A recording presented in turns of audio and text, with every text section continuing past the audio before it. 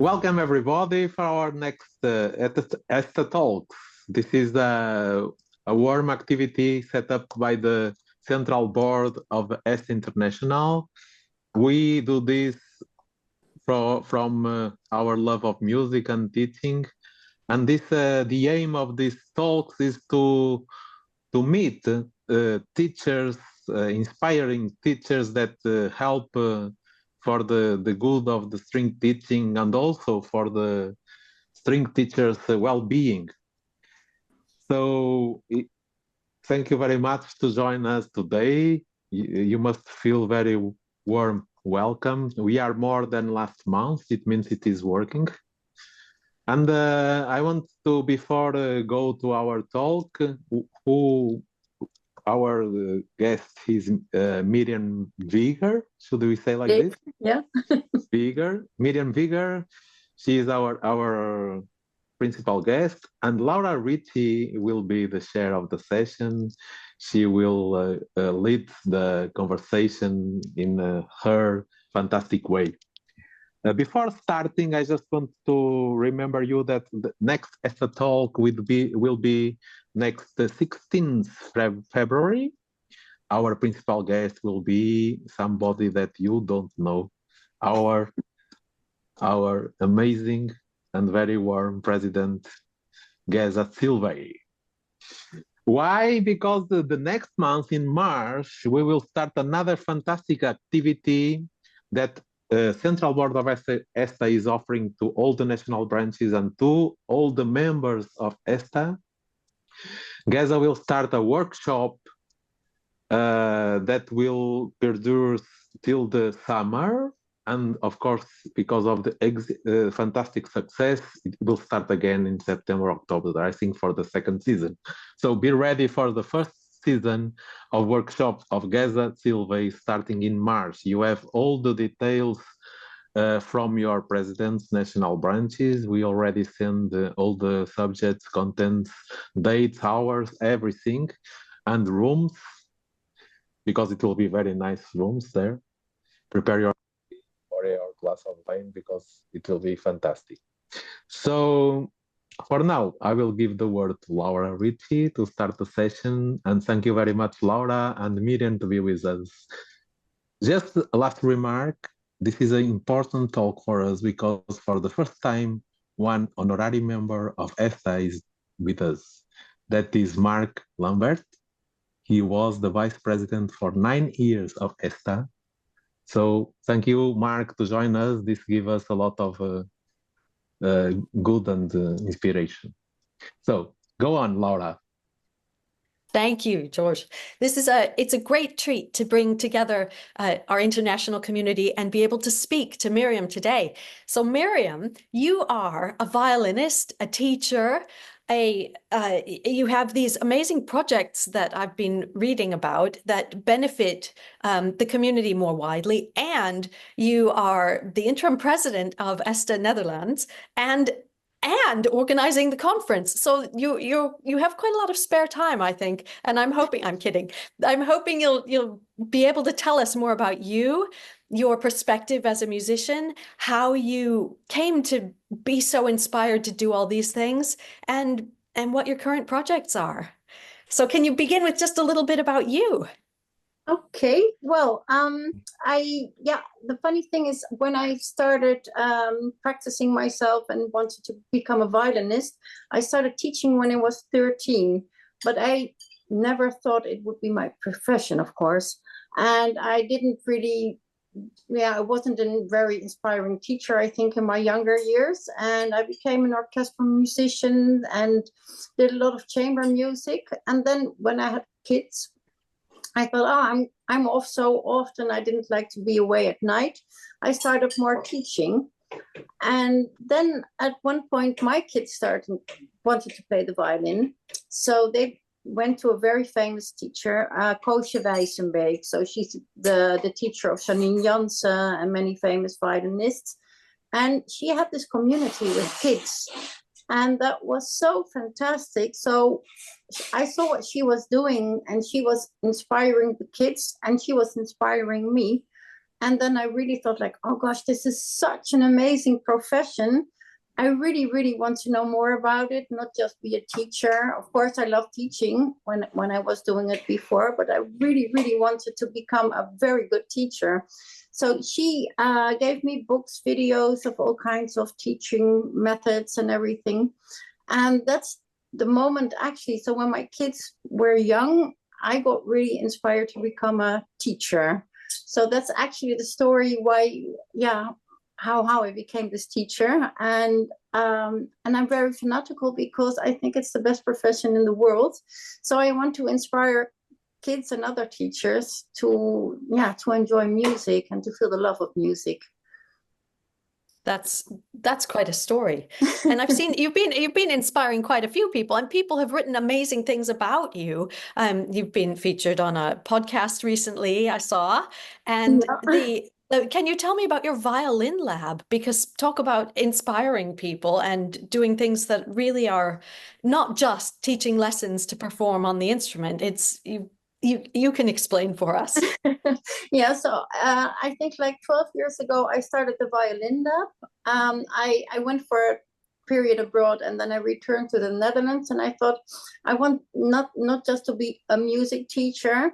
I want to learn kids everything about music. No, I'm a classical teacher for sure, but it's also nice to learn about improvisation, world music, and all kinds of other things. So I started my lab, and because I thought it's also a place for kids where they can experiment. And so I do projects now with, for example, the Amsterdam Andalusisch Orchestra, which is a Arabic orchestra. And we play Arabic music or from other countries, and they play with the musicians. And we perform then during the festivals. And even now I'm busy next to the ESTA. Everything is, I know. I'm organizing now to have a young Amsterdam Andalusisch Orchestra, because I think it's very nice for all string players to feel the quarter tones and the different styles in the music, and to be part of different cultures.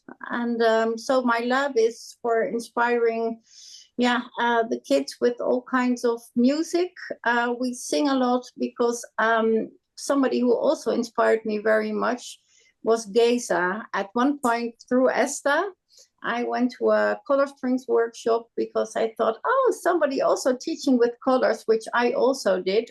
Of course, they were all different, so it was very, very hard for me to change my method.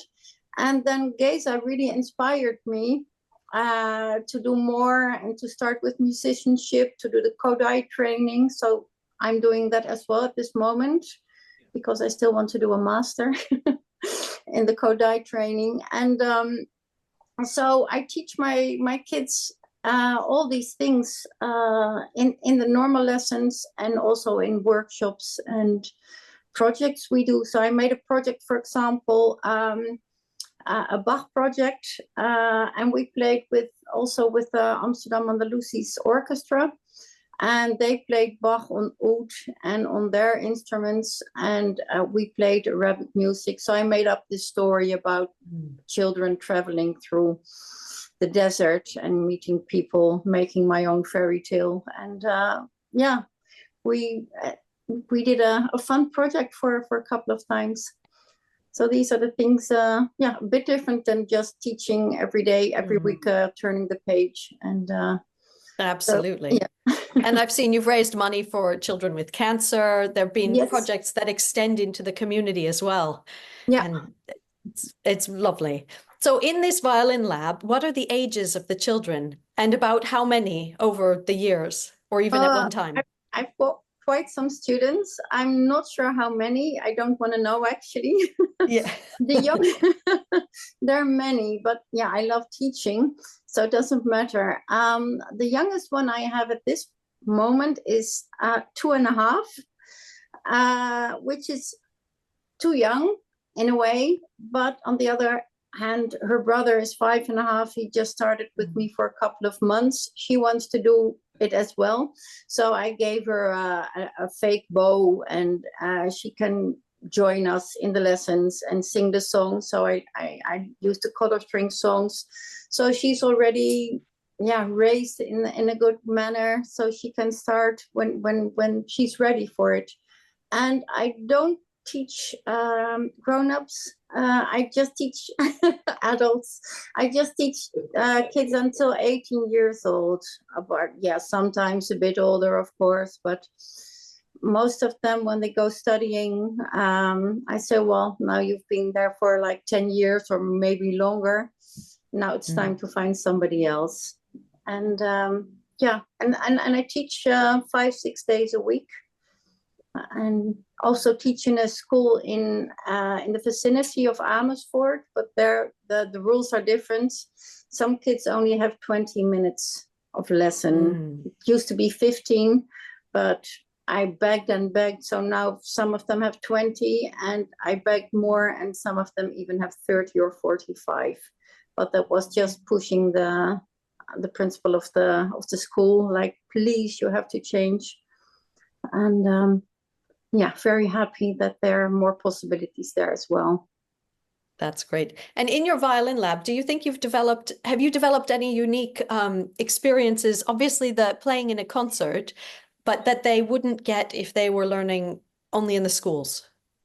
Yes, I think we have a really, really beautiful community also with the parents, because I have a summer school. So the kids, we are together for like 5 days or a week, last week of summer holidays. We prepare new pieces for the coming year. And the kids are, and all ages are together. So these are the kids who really want to play in the orchestra or in the ensemble I have. And so the youngest now is 7, and the eldest is 16, and they all stay together in a big house, sharing rooms, and the youngsters going to bed more early. We have in the morning we have a warm up to warm up the muscles, and we sing songs, play games, and then they work for hours. They play chamber music together.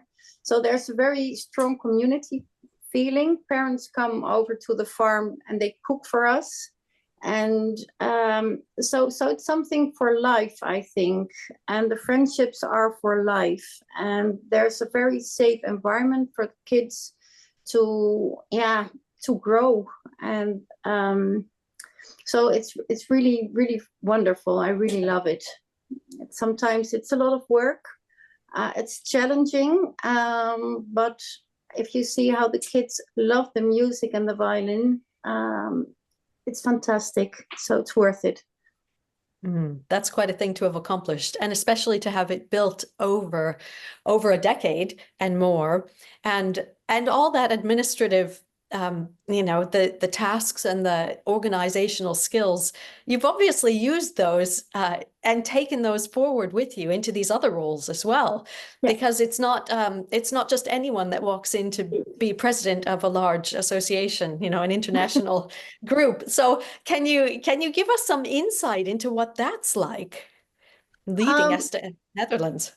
Well, I've just started, so I'm not I'm not really feeling like I'm the president now. It's just since this month I've picked it up, but I started 2 years ago with the conference. There was nobody there who wanted to join me in the team, and I was like, okay, I want to do this. It's going to happen, and everybody said, "Oh, you're never going to fix it." So I said, "We'll see." And now, just working and just going for it and making the own promotion clip and everything without anybody helping in the beginning. I just went for it, and now I've got a really fantastic team, and I feel really like, okay, I'm leading it, but so many people. I couldn't do anything without them. It's such a strong team. You've met probably the financial guy, Hans Kattemuller. There's somebody for production, and then the musicians in the team. So we also have a lot of fun, actually. So tell us about this conference, and I'm going to ask you questions from the beginning, because there may be people watching this who are ESTA members who haven't been to one of these conferences before. So I can see behind you, there's a slogan, you know, the Yeah. theme for the conference. Can you tell us about that theme and how you came to choose that? Well, that was my idea. Choosing for enabling the inner musician to blossom is, I believe, and I think that's also very much inspired by Geza. If you teach a child the love, in this case for violin, for the sound and to play music, start immediately making music and instead of making it an academic skill, like, okay, put your finger here, put a sticker, or so you start teaching from music. So I thought that's a really fantastic theme for the conference. So because it's also, of course, for adults, for everybody, it's interesting which ways and how do other people see how you make the inner musician blossom. So I'm very curious, really very curious how other people, give input to this theme, because for me, I see it in a way, but I'm very, very curious what other people come up with. And one side question on that theme, because you have such experience and expertise teaching young people, and you've gathered all these theories. As a performer, as a musician yourself, do you feel that you continue to bloom and find new things in your own music making? Yes, I think I play way better than off the top of my, I used to play solo. I did a lot of things, chamber music, but I think now I can express myself freely and I enjoy doing it for the audience, where I normally would be afraid, like, oh God, I'm going to miss a note, what's going to happen?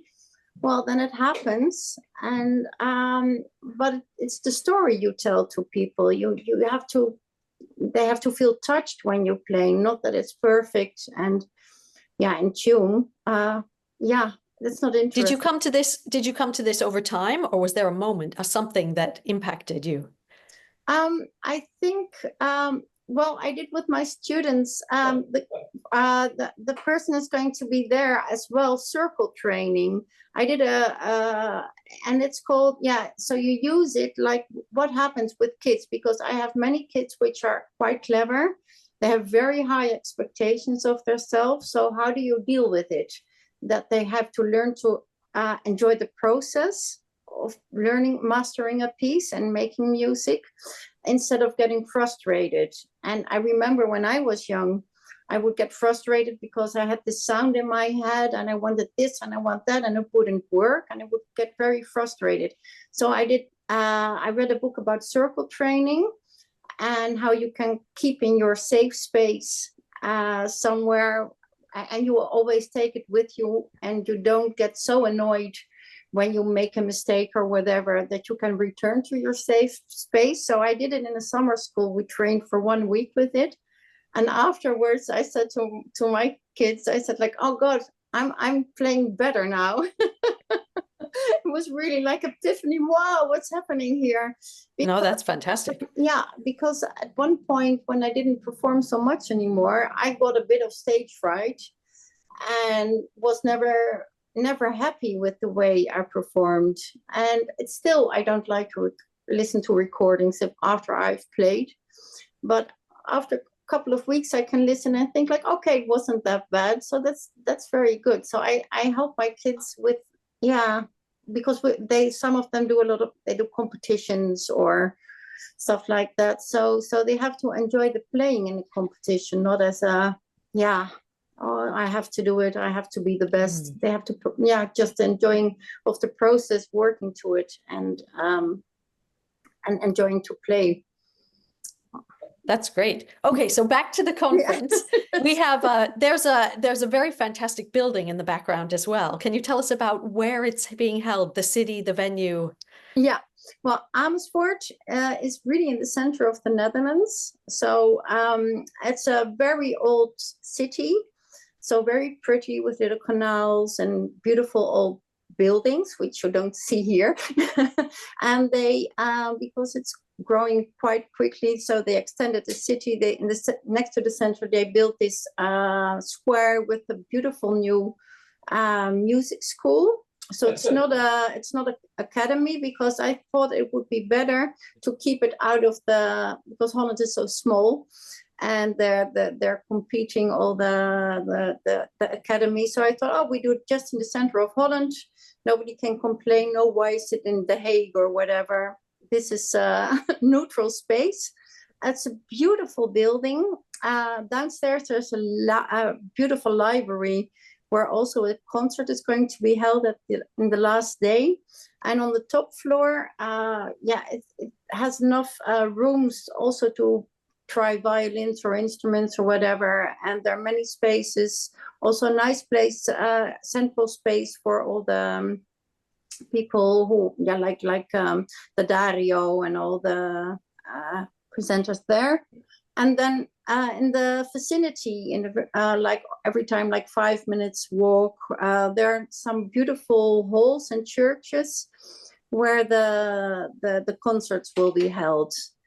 And we have so it's a nice city, very friendly, very safe also. And very popular because it was the city capital of the year last year from Europe. So it's very, very pretty. There are many things to do. And so it's an inspiring building, an inspiring place for hopefully a really wonderful conference. This is great. So it's happening at the very end of May and the beginning of June. Yes. Yeah. Yeah, hopefully nice weather. It'll be beautiful. I can't wait. And can you tell us about the range of the different presentation types that we can expect to see? Yes. Okay, of course, there will be workshops for what I aimed for was to make it also interesting for as well the young professionals, because we need to inspire the young professionals and tell, they should know what a wonderful profession this is. So there are some setup things for the young professionals, and there are also interesting things for the people who are a teacher for a longer period, so they can get inspired by new insights or things.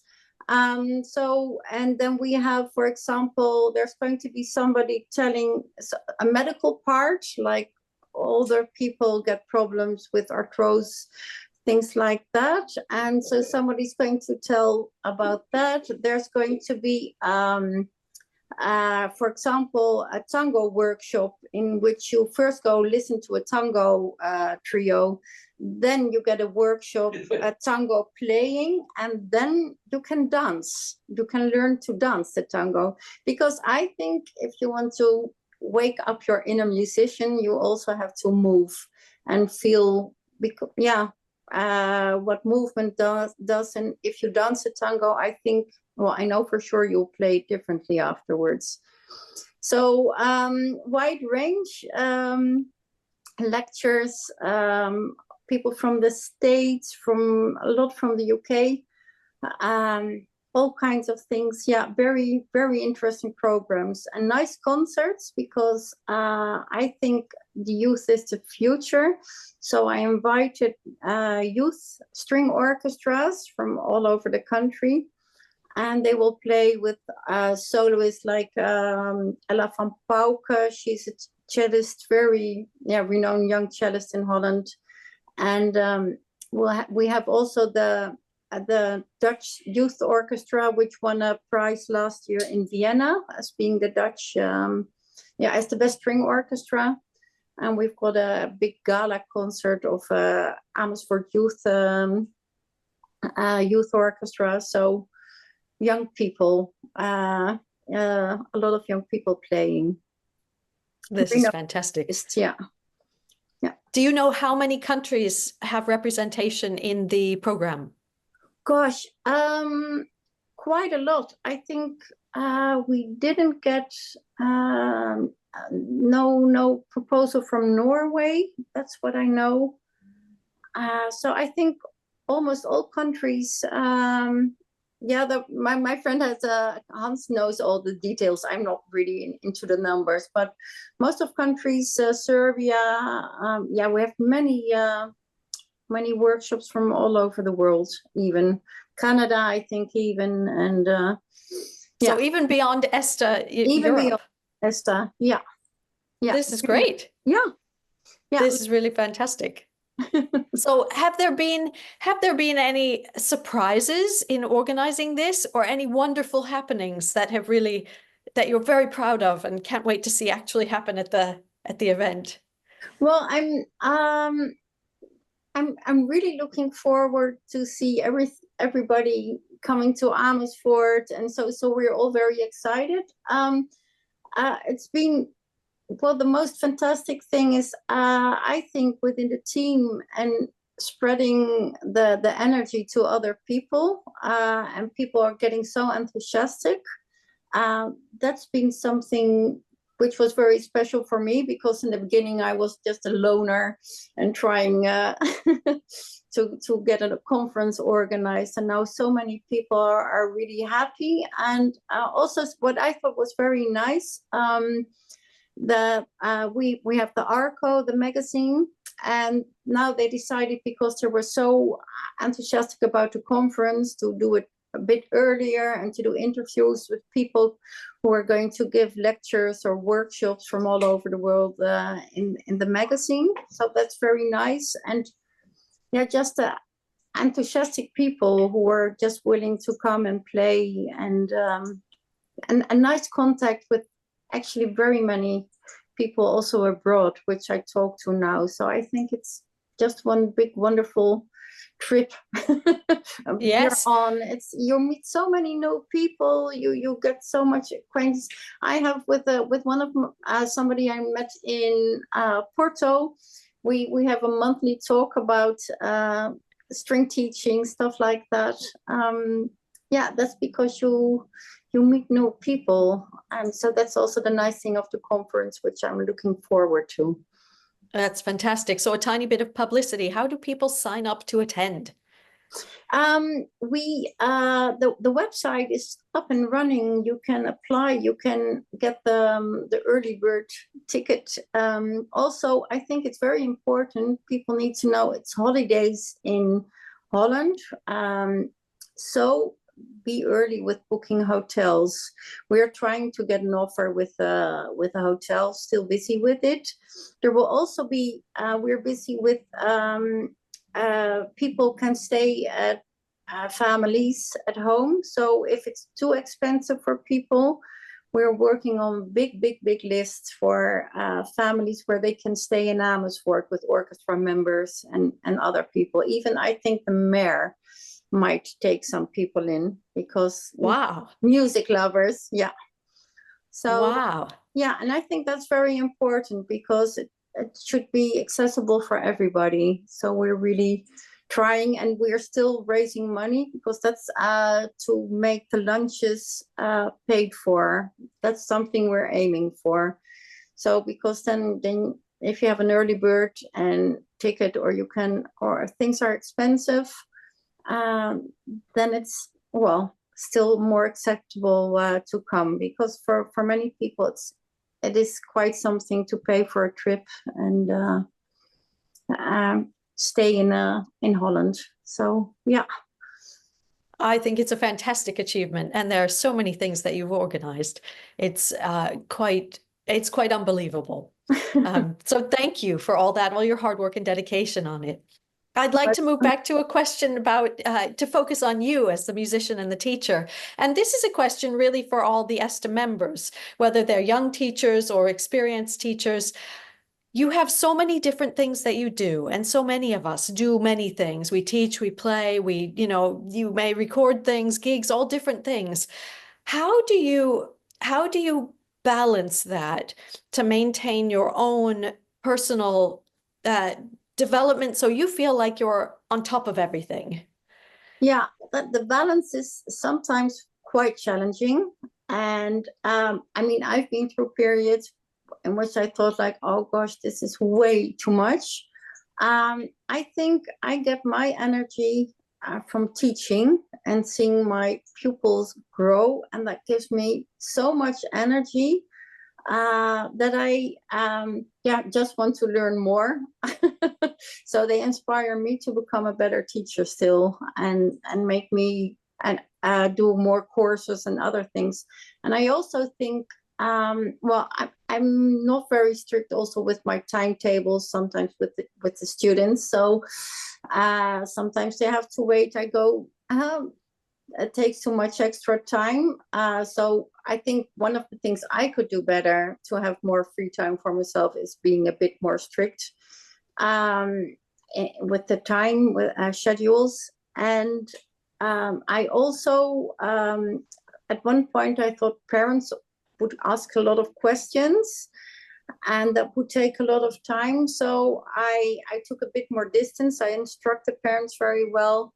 But I'm also very straightforward, like, okay, don't send me a text message after 11 o'clock, 12 o'clock at night, some things like that. Don't send me a question mark if I don't answer Yes. within 3 minutes, stuff like that. So I organize around the teaching a lot of things. And I've learned, I think, to what I do when I come at home, I just sit half an hour, preferably in the dark, and become a bit, kind of meditate, not really, but just letting things go.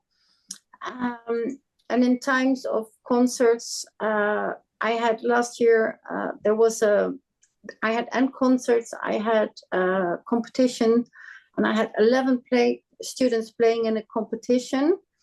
And I've learned, don't do that.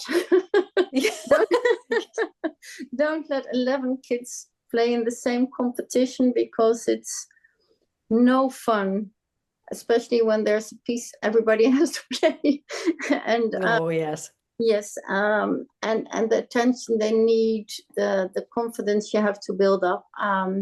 So really silly things, which I think like, okay, I've learned my lesson. There's a competition in a couple of weeks. 5 students is the max, and then be very clear with yourself. I have for myself. I have to be very strict with myself. Sometimes I have to say no to things. I think that's very difficult, but yeah, people always say the more you do, the more relaxed you seem. So yes, maybe that's for me. I like working. I like learning new things.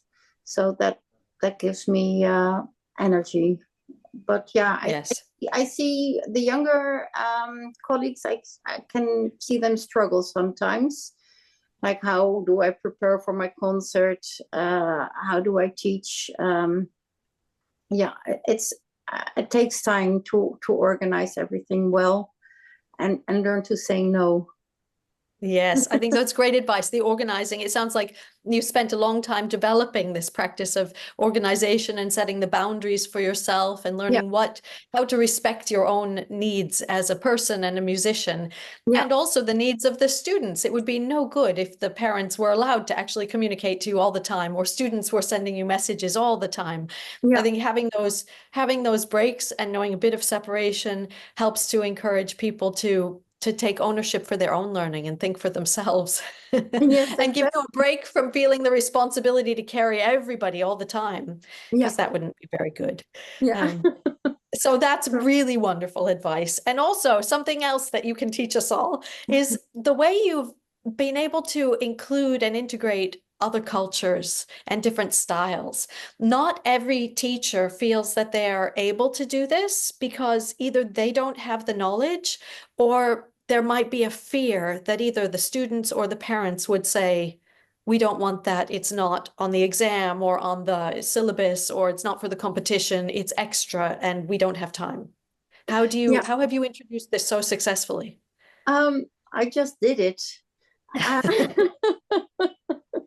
There was no, okay, I teach also in a part of the country where people are very religious, wonderful, but they don't play on Sundays, for example.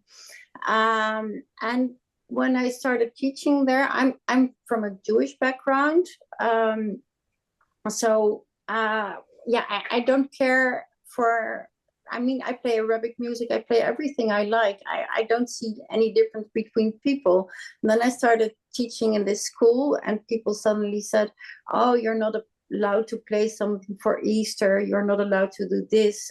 Kids weren't allowed to move, for example, because if you move, they literally say it's very dirty. It's really nasty to move. So I was like, oh gosh, well, the person I am, dancing with kids, moving, all this stuff. So I really started slowly making the parents confident they could trust me with their kids. And I think that's the thing which you need to accomplish. Trust, if the parents know you take them seriously. So I asked them that we have Santa Claus, and the kids are not allowed to play these songs. Also, they are not allowed to play all Christmas songs. But at one point, people were so confident that they could trust me with, I wouldn't do anything against their feelings. The kids now are allowed to play all songs with Christmas. They are allowed to play Santa Claus songs. They play Arabic music, tangos, whatever. And the parents enjoy it very much. First they say, no, that's really horrible. But the parents they love the concerts. They come when they can. And it's just respect for each other. If you respect the other and you show it, they trust you with the kids. And they think you'll do the best for your kids, for their kids. And I think that's how it works.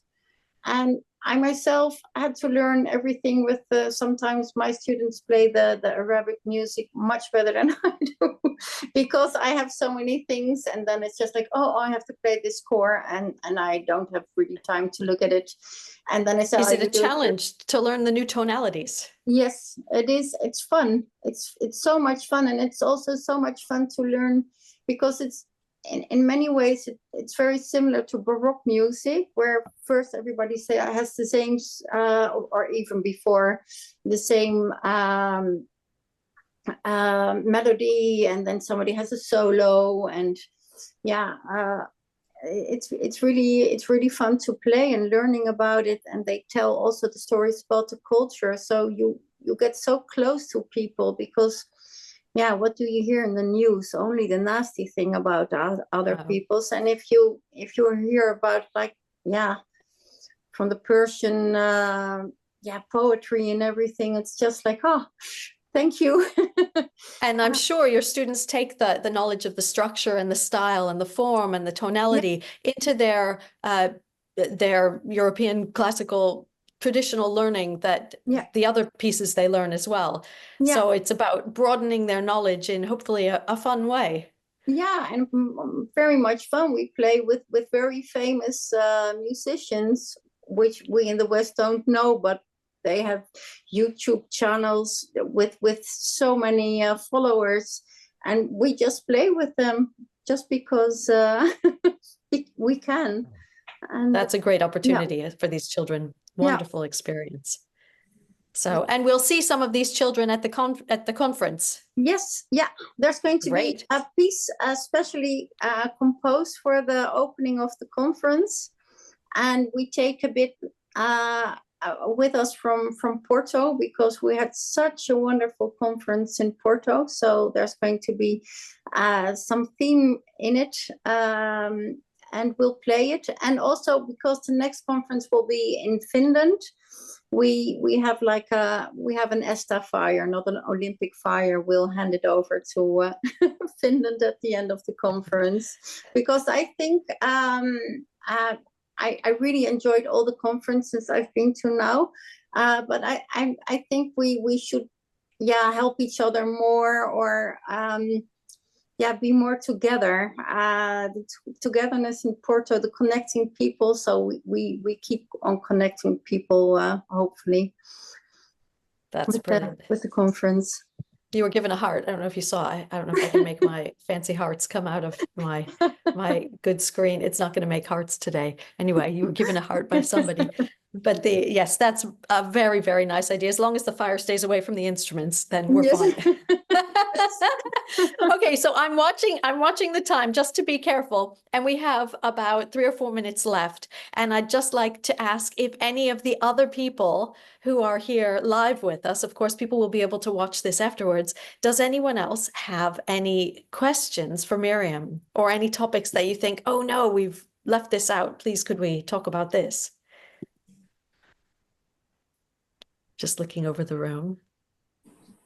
I think it's great. Otherwise, I'm going to ask you a question to think of, which was, give us a tiny, tiny insight into either. You can choose your most inspiring moment as a teacher or as a student from a teacher.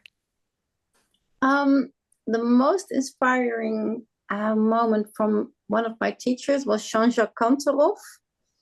And I went to the academy very young, and I was a good player, and I was very arrogant. I'm sorry to say, but that's, because, okay. And at one point, I was allowed to come to auditions, and he accepted a girl of which I thought, like, why are you taking her? She can only play this piece, and she's already 21. And so I said, well, why on earth did you choose her as a student? And he said, don't you be so bloody arrogant. He got very upset with me. He said, it's not all about technique. It's not all about how good you, how the difficult pieces you can play. It's all about musicality. She has a beautiful vibrato, which I can develop, and I can teach her to play wonderful pieces with this wonderful vibrato. And that's worth more than playing a Paganini concerto. So I was okay. So for the rest of my life, I took that with me. So one of the most inspiring moments with one of my students was a student which really wanted to play, couldn't play after 5 years, maybe the Twinkle Twinkle in tune. But I didn't give up because the kid loves it. She's still studying with me. And after 7 years, not giving up, me neither, and helping her, suddenly she played Twinkle Twinkle in tune. And afterwards, she started playing suddenly the Kuchler Concertino fast in tune. And she became quite a good violinist now. And it's just like, but it was so inspiring that she didn't give up and then suddenly could play, and the smile on her face. It's even more rewarding than somebody playing a Haydn concerto when she's 10, which I also have a really brilliant student. But a girl like this is wonderful. That is a wonderful quality in a teacher, to really hold that, the value of the student and see the potential and not give up. So that is, thank you for that. Those are both amazing, really amazing. Thank you. Thank you very much for being the guest today, and all the insights you've shared and the information and the knowledge. This has been really enjoyable. Thank you. I'll pass back over to Jorge. No, thank you. Thank you very much, Miriam. Thank you very much, Laura. It was an amazing time. It's so good to be between colleagues, peers, friends, and to enlarge our warm community of ESTA. I feel touched, I have to say. Thank you very much.